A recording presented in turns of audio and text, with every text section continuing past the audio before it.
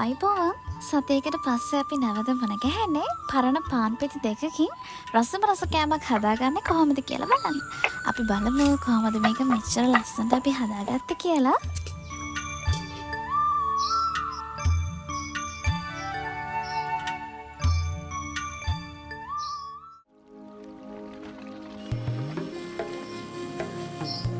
ගෙදර ඉතුරු වෙන මේ වගේ පාන් වලට ඔයගොල්ලෝ මොකද කරන්නේ? විසික් කරනවද? අද ඉඳලා විසික් කරන්න එපා. එන්නකෝ අපි රස කෑමක් හදලා බලමු. අපේ මේ ස්නැක් එකට අපිට ඕනි පරණ පාන් පෙති, ලොකු ලුණු, සුදු ලුණු, අමු මිරිස්, ඒ වගේම කරපිංචා. මේ විදිහට ඔක්කොම ටික හොඳට හොදලා හොඳට කපා ගන්න.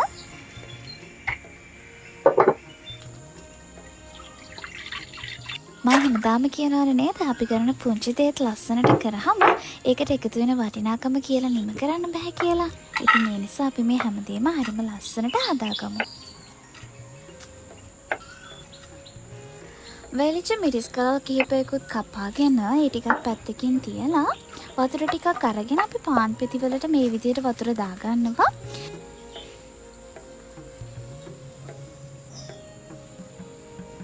ඊට පස්සේ පාන් පෙති දෙක වගේ අරගෙන මේ විදිහට වතුර ටික මිරික ගන්න.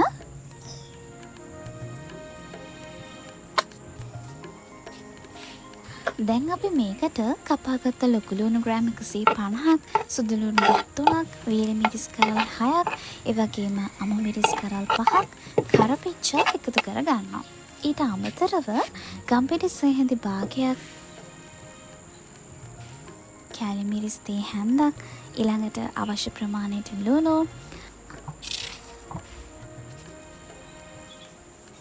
හාල් පිටි මේස හැඳි එකක්, පිටි මේස හැඳි එකක් සහ බේකින් පවුඩර් තේ හැඳි එකක් මේ විදිහට එකතු කරගන්නවා. දැන් තියෙන මේක හොඳට අනා ගන්න. දෙයක් පටන් ගන්නෙදී ඔය සාර්ථක වේද අසාර්ථක වේද කියලා හිතෙන්න එපා. ඔය ආස දෙයක් තියෙනවා නම් ඔයාලට මේක කරන්න ඕන කියලා හිතනවා නම් පුළුවන් විදිහට තමන්ට තියෙන දේවල් වලින් ඔයා ඒක පටන් ගන්න. ඒ වෙලාවෙම ඔයා සාර්ථක වෙලා ඉවරයි.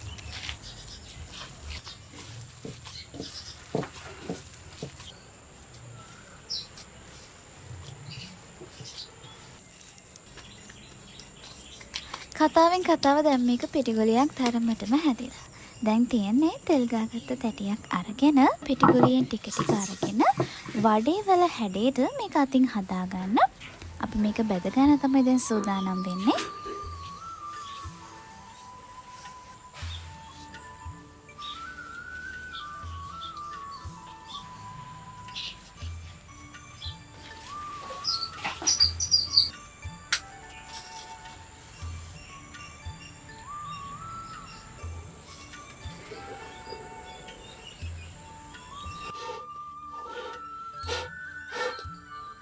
ඊට පස්සේ තාච්චියක් අරගන්න.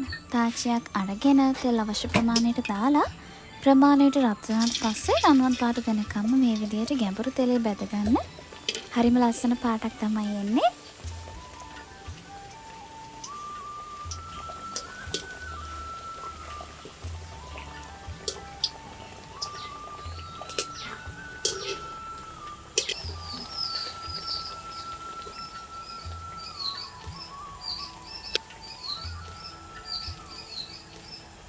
දැන් ඉතින් අපිට මේ ටික පිළිගන්නන්න තමයි තියෙන්නේ.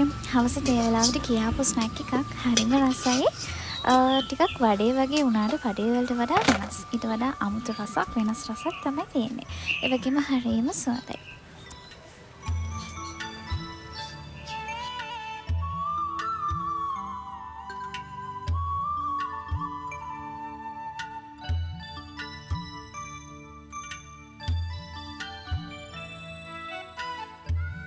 මුලින් ඉඳලා හැමදාම අපිත් එක්ක එකතු වෙලා ඉන්න අපේ ආදරණීය යාළුවන්ට, අපේ ආදරණීය පවුලට අපිත් හරිම ආදරෙයි.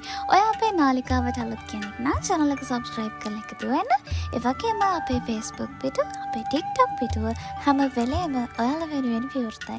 ඉතින් ඒ වෙනුවෙන් සම්බන්ධ වෙන්න කියලා ආරාධනා කරනවා. ලබන සතියේත් අලුත් දෙයක් ලේසියෙන් හදන විදිහක් අරගෙන මම එන්න.